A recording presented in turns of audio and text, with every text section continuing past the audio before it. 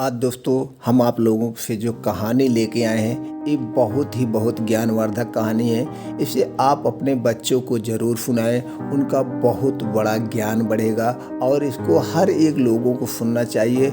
हर एक लोगों को इससे हमें ज़िंदगी में बहुत बड़ी सीख मिलेगी। आज कहानी जो है दोस्तों मुंशी प्रेमचंद्र की है, पूस की रात।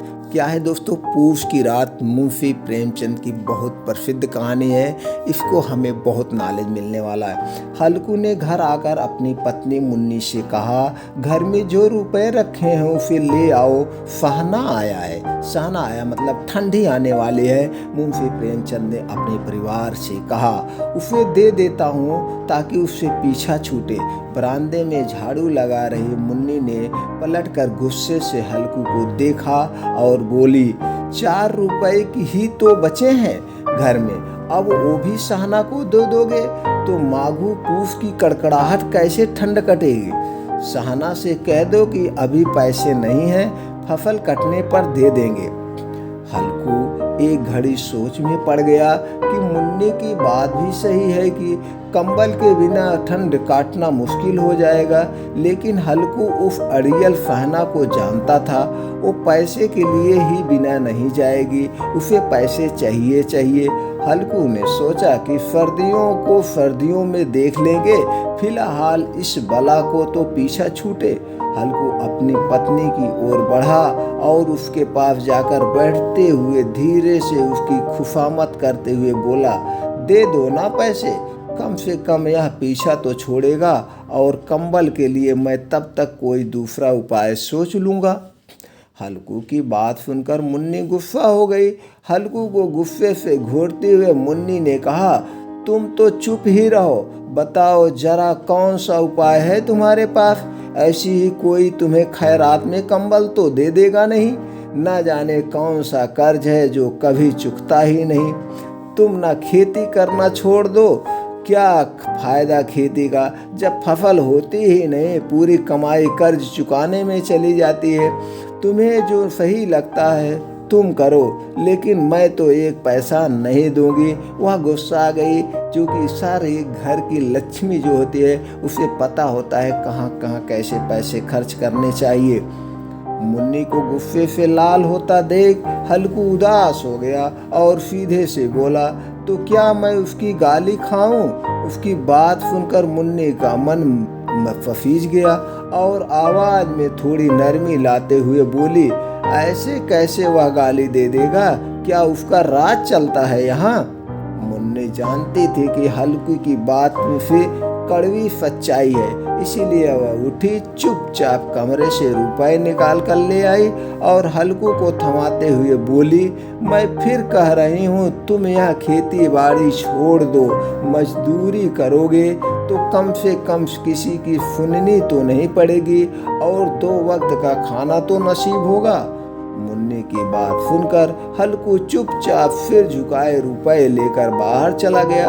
हल्कू उन 3 रुपए की अहमियत जानता था जिसे उसने पाई जोड़कर कंबल खरीदने के लिए जमा किए थे। सहना को रुपए थमाते हुए हल्कू के हाथ कांपने लगे, जैसे वह सोने से अपना दिन निकाल कर सहना की हथेली में रख रहा हो। वो बहुत परेशान था, फिर भी उसको पैसे देने थे तो उसने पैसे दे दिए। वक्त बीतता गया और पूस की वो कड़कड़ाती सर्द रातें भी आ गई। आसमान में जैसे चांद तारे भी ठंड से ठिठुरते न लगे। हल्कू अपने खेत के किनारे बांस व पत्तों से बीच बनाई मचान के नीचे पुरानी सी चादर ओढ़े कंपाते हुए बैठा था और साथ में उसका कुत्ता जबरा भी उसके साथ था, जो सर्दी के कारण बार बार कूं कूं की आवाज निकाले जा रहा था।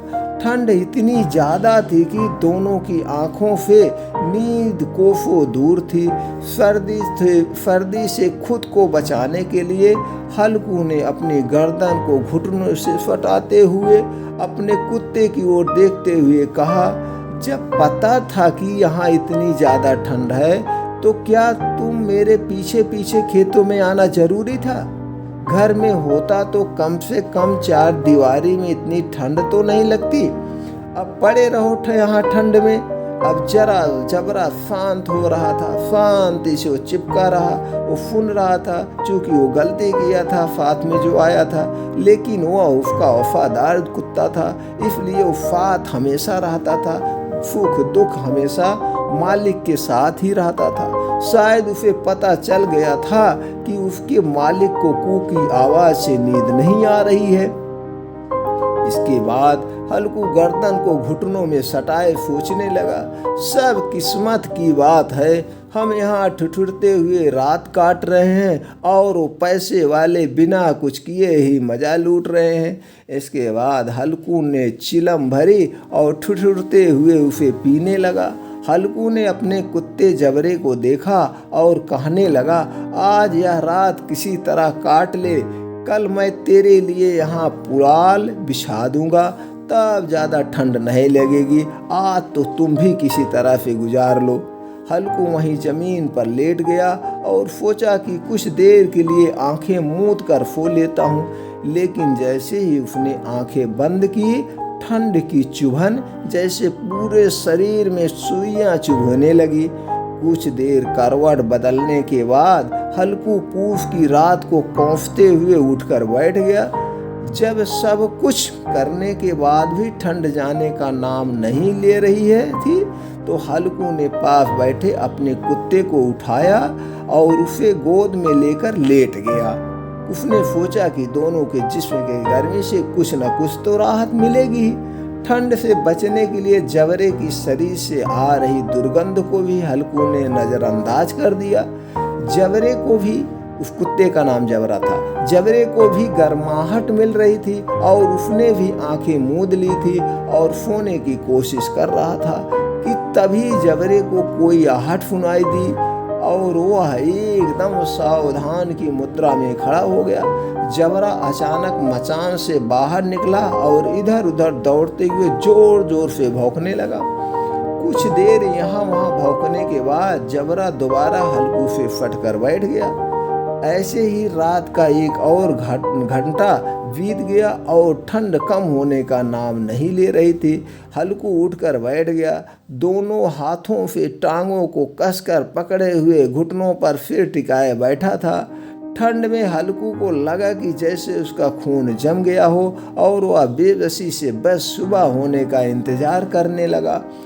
हल्कू के खेत के सामने ही आम का एक बड़ा सा पेड़ बाग था, जिसे देखकर वह सोचने लगा कि पतझड़ शुरू हो चुकी है और जरूर इन पेड़ों से पत्तियां झड़ी होंगी, तो क्यों ना इसके सूखे पत्ते लाकर देर तक आग फेंक लूं। हल्कू ने सोचा कि वह पत्तियां उठाने तो चला जाए, पर कहीं रात के अंधेरे में उसे कुछ जानवर हमला ना कर दें और उसे ऐसे देखकर कोई भूत ना समझ ले। कुछ देर यूं ही सोचने के बाद हल्कू एकदम से उठा और एक सूखे पौधे की ओर उखाड़ कर उसे मसाल की तरह जलाकर पेड़ की ओर चल दिया। अपने मालिक को जाता देखकर जबरा भी झट से उठ गया और दुम हिलाते हुए हल्कू के पीछे पीछे हो लिया। पेड़ों के पास पहुंचकर हल्कू ने उन विशाल पेड़ों को देखा जो अंधेरे में और भी डरावने लग रहे थे। अपने मन के डर को दबाते हुए हल्कू नीचे झुका और पेड़ों के आसपास पड़ी पत्तियों को बटोरने लगा।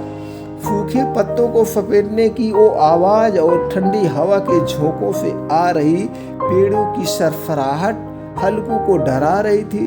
ठंड में नंगे पांव पर कंकड़ तो मानो तीर की तरह चुभ रहे थे। उन सब से ध्यान भटकाने के लिए हल्कू ने जबरे से बातें करना शुरू कर दिया और कहने लगा, लग रही है ना तुझे भी बहुत ठंड, बस थोड़ी सी पत्तियां और इकट्ठी कर लेते, फिर दोनों खूब आग सेकेंगे। हल्कू जितनी पत्तियां समेट सकता था समेट ली और मचान की ओर चल पड़ा। मचान के बाहर पहुंचकर हल्कू ने पत्तियों में आग लगाई।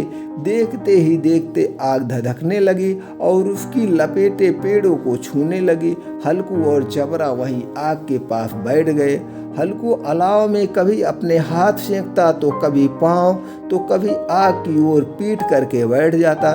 जबरा भी आग के पास पसर कर लेट गया और उन लपटों को देखने लगा। हल्कू जबरे की ओर देखकर कहने लगा, कहा था ना मैंने, अलाव जलाते ही ठंड नहीं लगेगी। अब फेंक ले जी भर कर आग और फिर आराम से चैन की नींद सोते हैं। कुछ समय बाद वो आग की लपटें जैसे जैसे कहीं गुम हो गई और पत्तियों का ढेर सिमट कर राख में बदल गया। अब तो बस कोई हवा का झोंका आता तो बची खुची चिंगारी कहीं बीच में लाल लाल अनार के दानों से दिखाई देती। हल्कू राख की थोड़ी सी गर्माहट में वहीं चादर ओढ़े दुपक कर बैठा हुआ था, लेकिन जैसे जैसे रात बढ़ती जा रही थी ठंड उसे और जकड़ने लगी थी। कुछ देर बाद हल्कू वहीं राख के ढेर के पास लेट गया। हल्कू को नींद आने ही वाली थी कि जबरा फिर से अचानक उठ गया और खेत की ओर जोर जोर से भौंकने लगा। हल्कू के कानों में भी कुछ आवाजें आ रही थी, जैसे जानवरों का बड़ा झुंड खेतों में घुस आया हो और उसकी फसल चर रहा हो। जानवरों की हलचल की पूरी आवाजें हल्कू के कानों में पड़ रही थी। हल्कू आंखें मूंदे ही सोचने लगा कि जबरे के होते हुए आखिर कोई जानवर खेतों में कैसे घुस सकता है। जरूर मुझे कोई धोखा हो रहा होगा। हल्कू ने आंखें खोले बिना ही जबरे को आवाज लगाई, लेकिन जबरा खेतों की ओर मुंह किए जोर जोर से भौंकता रहा, पर उसके पास नहीं आया। कुछ देर बाद खेत में चरने की आहट तेज हो गई और अब हल्कू को पूरा यकीन हो गया कि खेत में जरूर जानवर घुस आए हैं। अपने आलस को झकझोरते हुए हल्कू आधे मन से उठ कर बैठ गया। इस कंपकपाती ठंड में उठकर खेत में जाना और फिर जानवरों को भगाना उसे बेहद मुश्किल सा लग रहा था। हल्कू वहीं बैठे बैठे जबरे को आवाज देने लगा। हल्कू की आवाज सुनकर जबरा और भी जोरों से भौंकने लगा। खेतों में नीलगाय का झुंड घुस आया था, जो पूरी तैयार फसल को चरने के साथ ही उसे तहस नहस किए जा रहा था।